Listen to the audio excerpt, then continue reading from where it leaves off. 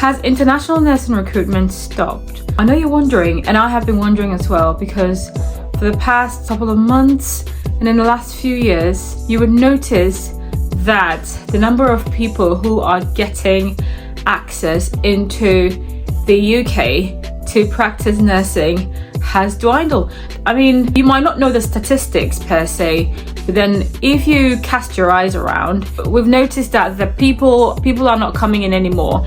New cohorts used to come in like literally every month or two, but then it appears as though that opportunity and that door is gradually closing. Now, I'm going to read a statement by Dame Ruth May. So Dame Ruth May is the Chief Nursing Officer of England. She was at a recent conference where this topic came up, and she made a few comments that I want to talk about. Now, this speech was in March, so about 2 months ago-ish. And when this topic came up, she did say that it would actually not be right for this level of international recruitment to continue. So before, post-pandemic, when nurses were hit a lot, like the numbers, in fact, not just nurses, but the health sector was really hit quite hardly by people leaving the job, people being sick, people actually dying even. So there was this, thing that the government came up with to recruit international nurses, and the government had this aim of recruiting 20,000 people per year within the, for a couple of years until that number was sort of like satisfied. And Dame Ruth May is now saying that the government has reached about 90% of that amount that they needed. So obviously that shows you that it will not continue to be the same. The recruitment craze will not continue to be the same as it was before.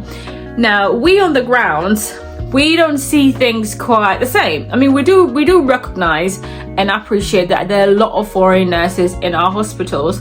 Like when you come to my hospitals, there are a lot of British people, but then there are lots of other international nurses in there, which is great. I mean, it's a great mix, to be honest, and I wouldn't have it any other way.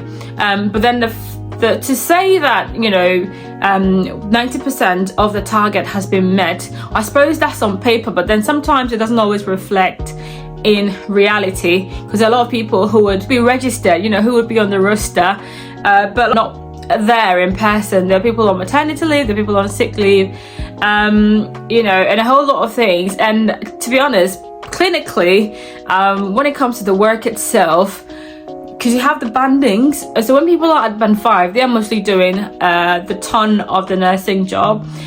People at band 6, they're also nurses, but they may not be directly involved. A lot of band 6s do hands-on jobs as well, but most band 6s would normally take care of like running the whole ward or unit and will not be directly involved in providing like the care that the band 5s are given. I don't know whether that makes sense. So in the numbers, it looks like you are up to scratch, but then on the grounds, things feel different. The Dame did recognize that the number of recruited nurses is not like enough. It hasn't filled every gap.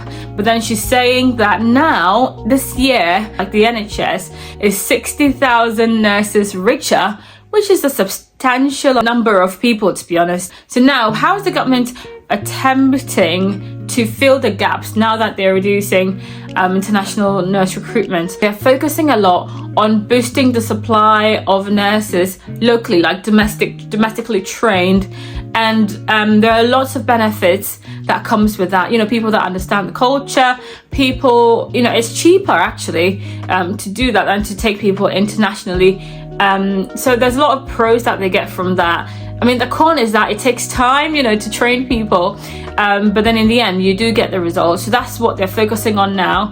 But then university applications, people who are going to university to study nursing, the number is not great when you look at the statistics. So they're also focusing on a lot of nursing associates and apprenticeships. When you're in hospital, you do find that there are a lot of band 4s and HCAs who are training to become nurses. These positions are being funded by the government to sort of boost the workforce, so that the country does not always have to rely on international nurses. But then, yeah, if you are in an international country and you're wondering what is going on and why things have slowed down, I just wanted to come and sort of give you a bit of an explanation. This is the information out there. The government has managed to meet about 90% of this need, which means the level of recruitment that was going on a couple of months ago, a couple of years ago, is not going to be the same. Well, unless another pandemic hits, which we're not praying for. We don't want that to happen. But yeah, you never know what's going to happen in the future, to be honest. So the next opportunity to explore nursing outside of your home country might be coming soon, or may not, you know. So I suppose it's a good thing for people to know the current state of things in the UK. The opportunities are still there, they're just very, very few. And there's lots of applications going through, so it's just sort of like trying to make sure you are putting in your best in your CV, you're presenting your best self at interviews, you're getting the experience that you need, and you know, you're coming into, you have a real purpose for why you're coming, not just for money. Because trust me, when you come to the UK, you realize that the money is actually not enough. So it's more about fulfillment and exploring and, you know, sort of moving out and seeing how nursing is like, getting skills in other countries. So yeah, just let me know what you think in the comment section. Don't forget to like, share, subscribe, and comment in the comment section. And let's get chatting. Be good, enjoy the summer vibes, and I will see you later. Peace out.